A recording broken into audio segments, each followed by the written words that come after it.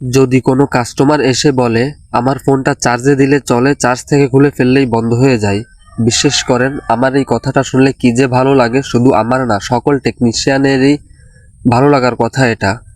ঠিক তেমন এই ফোনটাকে আমার এক আত্মীয় দিয়ে দিছে আমার কাছে, যে চার্জে দিলে চলে, চার্জ থেকে খুলে ফেললেই বন্ধ হয়ে যায়।